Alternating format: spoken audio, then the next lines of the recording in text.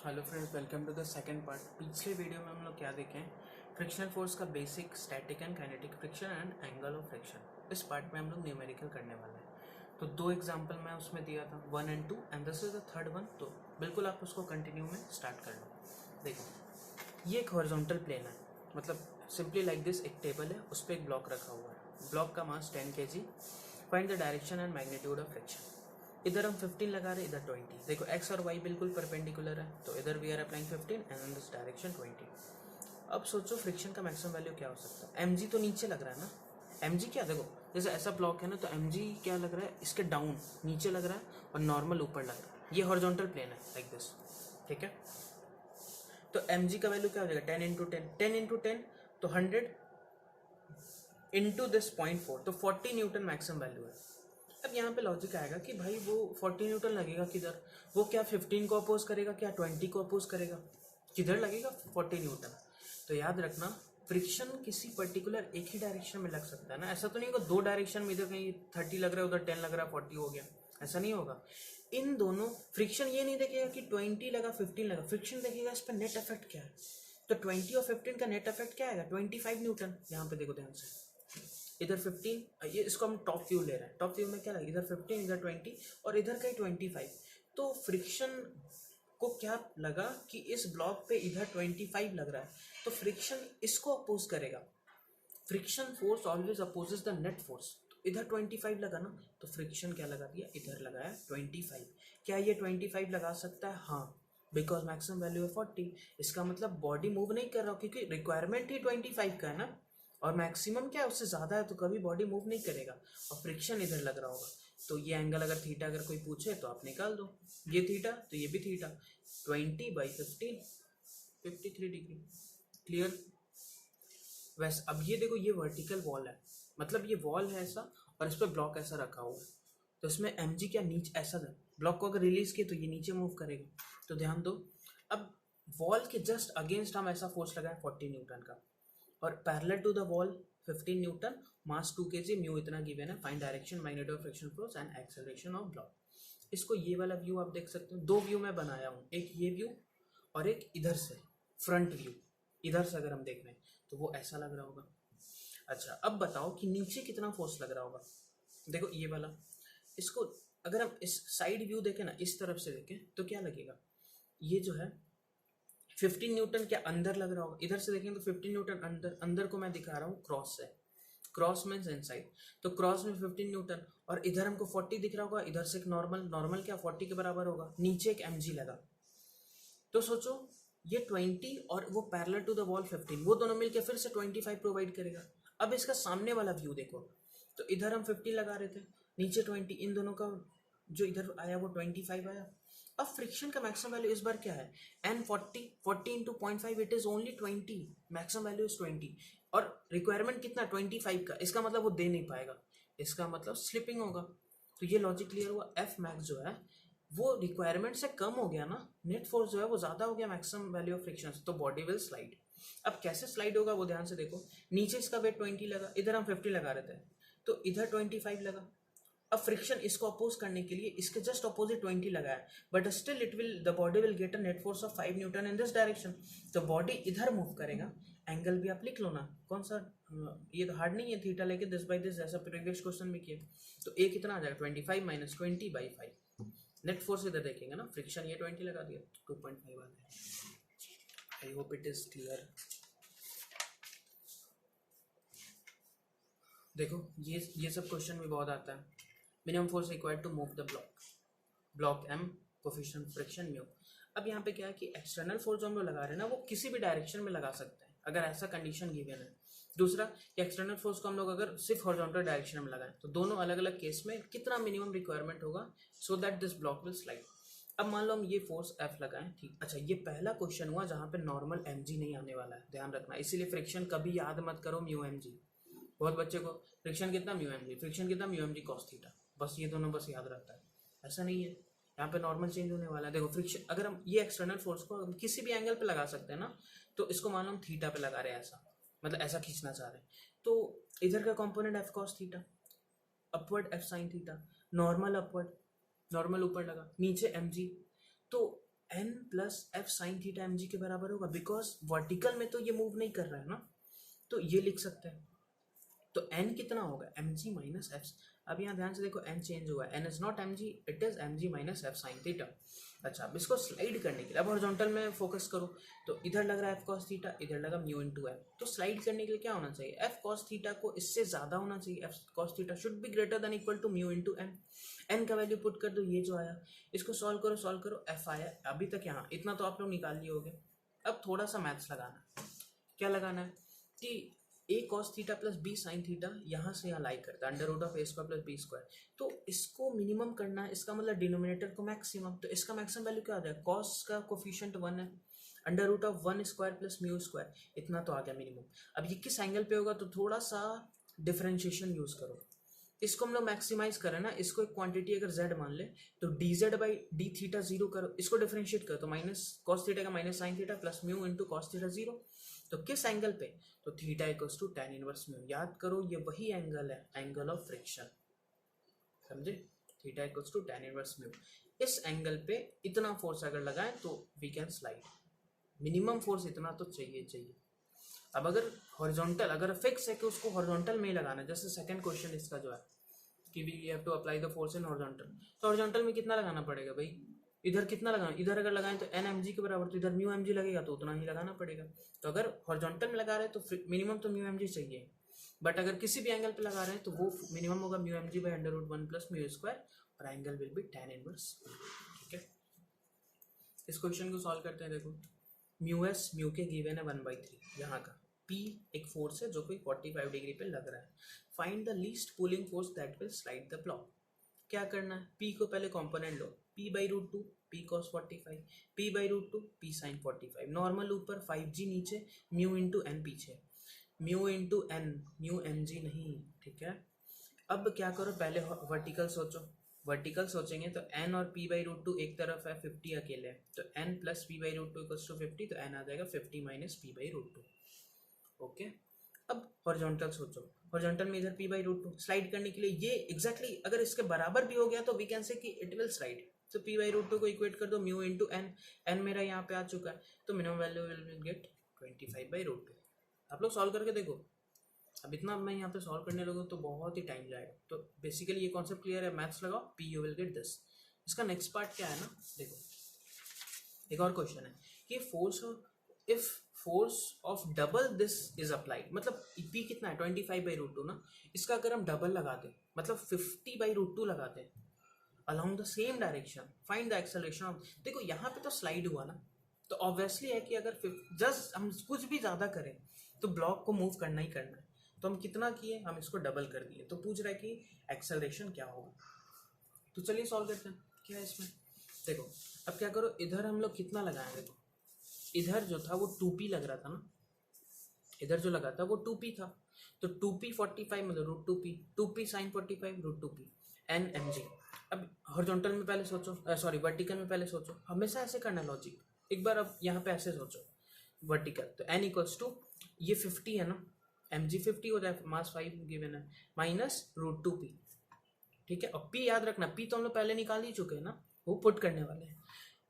तो एक अब हॉरिजॉन्टल में सोचो, root 2p minus mu into N is equals to mass into acceleration. तो एक्सेलरेशन क्या हो जाए, root 2p minus mu into N divided by mass. इसको सॉल्व करो, p का वैल्यू पुट करो, म्यू का वैल्यू पुट करो, you will get 10/3। I hope you will get the answer. ठीक है, नेक्स्ट क्वेश्चन देखते हैं। देखो determine the magnitude and direction of frictional force and acceleration of the block in each of the following case. पहला case क्या है, देखो अब ये सब बिल्कुल आसान एंड कॉन्सेप्चुअल पार्ट भी है। हम फोर्स ऐसा लगाएं, पहले आप बोलो फ्रिक्शनल फोर्स इसमें वर्टिकल लगेगा कि हॉरिजॉन्टल लगेगा। इस बार हॉरिजॉन्टल, सॉरी इस बार वर्टिकल, बिकॉज नॉर्मली हॉरिजॉन्टल है। कितना लग सकता है, पहले मैक्सिमम वैल्यू निकाल। नॉर्मल कितना, यहाँ से नॉर्मल कितना होगा, इसका फ्री बॉडी डायग्राम बना लो। इधर तो ये मूवी नहीं, ऐसे थोड़ी दीवार तोड़ के अंदर, इसका मतलब ये 100 को इधर का नॉर्मल पक्का बैलेंस करे, तो नॉर्मल तो 100 हो गया यहाँ वॉल से जो मिल रहा है। तो maximum value of static friction, maximum value of kinetic friction पहले निकाल लो। तो 0.4 into the normal will be the maximum value, 0.3 into the normal will the maximum value. ये दोनों मैक्सिमम है, अभी लगेगा कि नहीं, वी विल सी। अच्छा नीचे कितना लग रहा है, 50। अब सोचो स्लाइड करेगा कि नहीं, सोचो 50 जो है वो स्टैटिक का मैक्सिमम से तो ज़्यादा है ना, 50 ग्रेटर देन 40, क्योंकि मैक्सिमम जो वो रोक सकता था वो 40 न्यूटन लगा सकता था स्टैटिक में, उससे ज़्यादा हो गया। तो स्टैटिक क्या बोलेगा कि अब मेरा खेल खत्म हो चुका है, अब काइनेटिक संभालेगा आगे का चीज, क्योंकि स्लाइड हो गया ना, स्लाइड मतलब स्टैटिक वहीं पे खत्म। तो स्लाइड हुआ तो फ्रिक्शन कितना लग रहा होगा, फ्रिक्शन विल बी 30, काइनेटिक का मैक्सिमम लगने लगेगा ऊपर में 30 पूरा का पूरा। तो इसका एक्सेलरेशन क्या हो जाएगा, 50 minus 30 divided by 5। Next solve करते हैं। यहाँ पे नॉर्मल क्या होगा 500, मैक्सिमम वैल्यू दोनों का निकाले। अब देखो नीचे कितना लग रहा होगा, 200 लग रहा होगा, सॉरी नीचे क्या लग रहा होगा 500, क्या मैं बोल रहा हूँ, नीचे लग रहा होगा 50, 5 इंटू 10 50। अच्छा मैक्सिमम वैल्यू ऑफ स्टैटिक कितना है 200, मतलब फ्रिक्शन जो है 200 लग सकता है, रिक्वायरमेंट कितने का है ओनली 50। स्लाइड करेगा कि नहीं करेगा, नहीं करेगा। देखो 200 वॉल जो है फ्रिक्शन लगा सकता है, और नीचे mg तो 50 लग रहा है, तो इधर ये 50 लगा के बैलेंस कर देगा and block will remain at rest. यहाँ पे देखो क्या होगा, अब इसमें क्या करेंगे ना, फिर से ब्रेक करो, इधर 500 का कुछ कंपोनेंट इधर, तो इधर का 500 साइन 37 300, 500 कॉस 37 400, ठीक है। नीचे क्या लग रहा होगा 120, और इधर एक नॉर्मल। फिर क्या करना है, ब्लॉक इस डायरेक्शन में अब मूव नहीं कर सकता, तो n इक्वल्स टू 400, ठीक है। n इक्वल्स टू 400 है। अब maximum value of static and kinetic पहले निकाल लो, ठीक है। अच्छा इस ब्लॉक पे नेट कितना लग रहा है, नीचे 120 ऊपर 300, तो एफ नेट क्या है 180 ऊपर आया, मतलब ये ब्लॉक जो है वो ऊपर मूव करना चाह रहा है कितने फोर्स के साथ 180 के साथ। तो फ्रिक्शन को क्या लगेगा कि इस ब्लॉक पे नेट फोर्स लग रहा है 180। अब फ्रिक्शन अपना दिमाग लगाएगा, फ्रिक्शन का मैक्सिमम वैल्यू निकालो। तो स्टैटिक का मैक्सिमम वैल्यू कितना है, देखो एन 400 है, 400 इंटू 0.4 160। अब 160 वॉल लगा सकता है, लेकिन वो तो 180 है, तो स्लाइड स्टार्ट हो गया। क्लियर हुआ, ये स्लाइड जैसे स्टार्ट हुआ स्टैटिक गया, स्टैटिक बोला कि अब काइनेटिक काम करेगा। काइनेटिक का मैक्सिमम वैल्यू क्या है, एन क्या है 400 इंटू 0.3 120। इसका मतलब ब्लॉक पे फ्रिक्शन लग कितना रहा है 120, और ऊपर कितना नेट फोर्स है 180, तो 180 माइनस 140 120 बाई 12, ये एक्सेलरेशन हो जाएगा। आई होप इट इज क्लियर, ठीक है। ये सॉल्व करना है। Question number 8, range of P, यहाँ पे पी जो फोर्स लग रहा है for which block will be at rest. जब भी ये रेंज पूछे ना, तो देखो ये क्वेश्चन को कैसे सोचना है, इस ब्लॉक को अगर हम यहाँ सिर्फ रिलीज कर दे तो ये किधर मूव करेगा, ये नीचे मूव करेगा ना। इसका मतलब अगर हम इस ब्लॉक को सिर्फ उतना ही फोर्स दे जिससे वो जस्ट रेस्ट पे रहे, तो वो मिनिमम आएगा। मिनिमम में ये ब्लॉक नीचे मूव करना चाह रहा होगा। अब हम फोर्स बढ़ाते गए तो व्हाट विल हैपन, कुछ देर के बाद ब्लॉक का टेंडेंसी हो जाएगा ऊपर मूव करने का, तो फ्रिक्शन किधर लगेगा नीचे। तो मिनिमम क्या होगा, मिनिमम जब ब्लॉक नीचे जाना चाह रहा है, मतलब वो ब्लॉक खुद खुद से नीचे स्लाइड करना चाह रहा था, बट हम इसको बस रोक दिया ऐसा करके, तो उस टाइम पे फ्रिक्शन किधर लग रहा होगा ऊपर, और हम इधर फोर्स बढ़ा के ब्लॉक का टेंडेंसी ऊपर कर दिए, तो फ्रिक्शन किधर लगेगा नीचे। तो ये मैं क्यों बताया कि देखो मिनिमम के लिए क्या करना है ना, पी का अगर मिनिमम वैल्यू निकालना है तो फ्रिक्शन को डाउनवर्ड ले लो, और पी का मैक्सिमम वैल्यू कब तक होगा, जब ब्लॉक ऊपर जाना चाह रहा होगा, फ्रिक्शन उसको नीचे रोक रहा होगा, तो फ्रिक्शन नीचे, फ्रिक्शन हाँ यहाँ गलत हो गया, पी मिनिमम जब फ्रिक्शन ऊपर लग रहा होगा, ब्लॉक का टेंडेंसी किधर होगा जाने का, नीचे, और पी मैक्सिमम मतलब फ्रिक्शन नीचे लग रहा होगा, ब्लॉक का टेंडेंसी किधर होगा ऊपर जाने का। यहाँ से अब देखो ये कॉन्सेप्ट क्या होगा, देखो मिनिमम के लिए क्या, block has a tendency to slide down. अब इसका ब्लॉक का एफबीटी बनाओ, पी कॉस थीटा ऊपर पी साइन थीटा, इधर से नॉर्मल नीचे एम जी सेम। अच्छा फ्रिक्शन का डायरेक्शन मिनिमम निकाल रहे तो फ्रिक्शन को ऊपर ले लो। अच्छा इसमें बैलेंस करो तो N equals to P cos theta, ऐसा बैलेंस करो तो ये ब्लॉक रेस्ट पे है ना, बिकॉज ब्लॉक को रेस्ट पे ही तो निकालना है, तो इसका मतलब टोटल डाउनवर्ड टोटल अपवर्ड बराबर होगा। तो P sine theta plus mu N will be equals to M G, तो P sine theta plus mu into normal कितना है P cos theta will be equals to M G, तो P minimum आ गया M G by sine theta plus mu cos theta. अच्छा P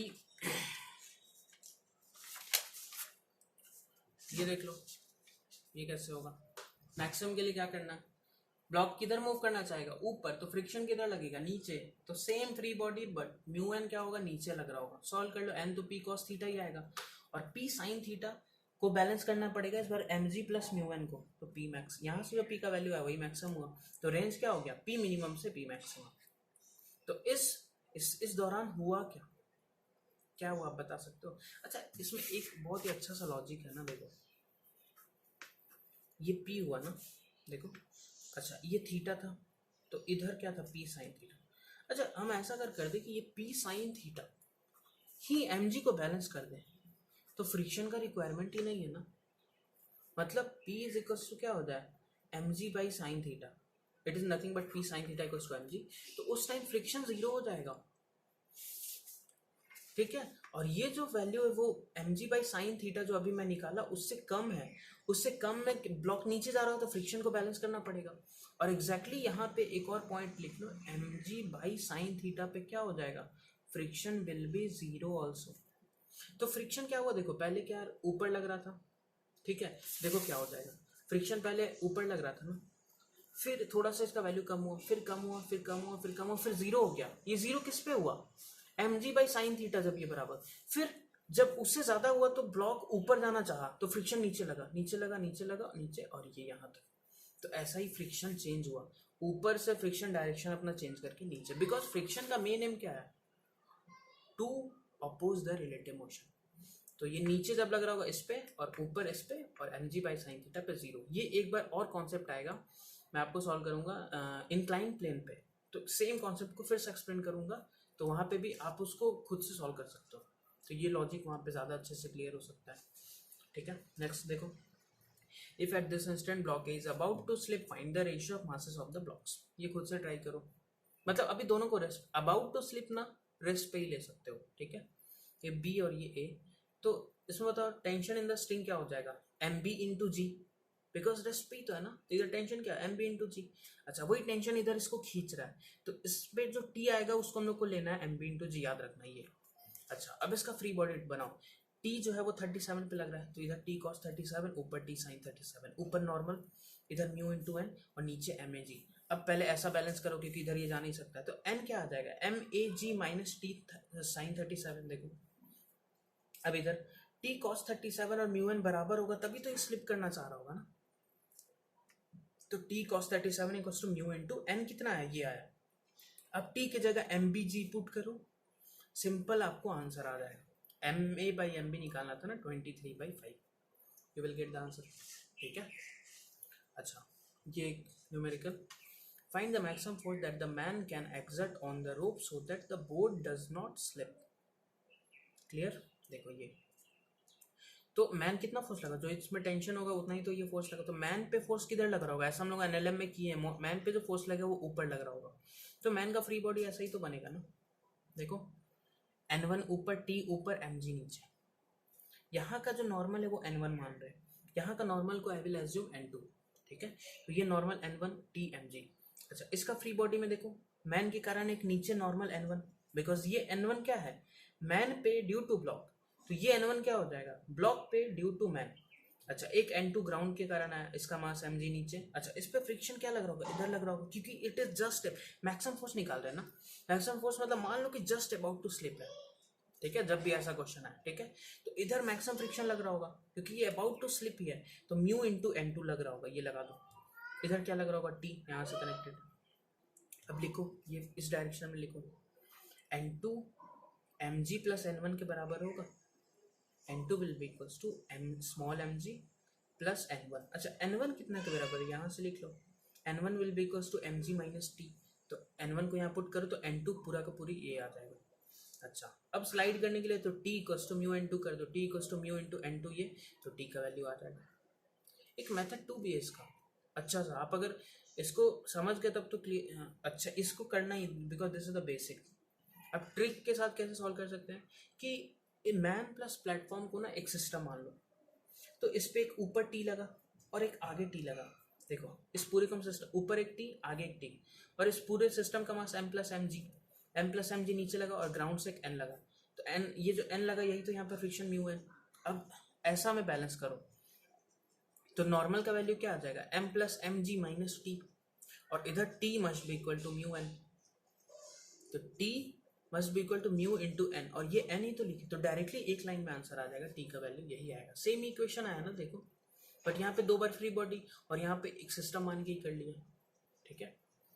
तो ये basic part है जब हम लोग प्लेन मतलब हॉरिजॉन्टल सरफेस या वर्टिकल सरफेस पे फ्रिक्शनल फोर्स का कैसे डील करना है, म्यू एस म्यू का, ये सारा देख लिया, तो ये पूरा प्रैक्टिस कर लो। नेक्स्ट जो लेक्चर होगा that will be on incline plane, and that is the interesting part of this frictional force. तो ठीक है, नेक्स्ट टॉपिक में मिलता है।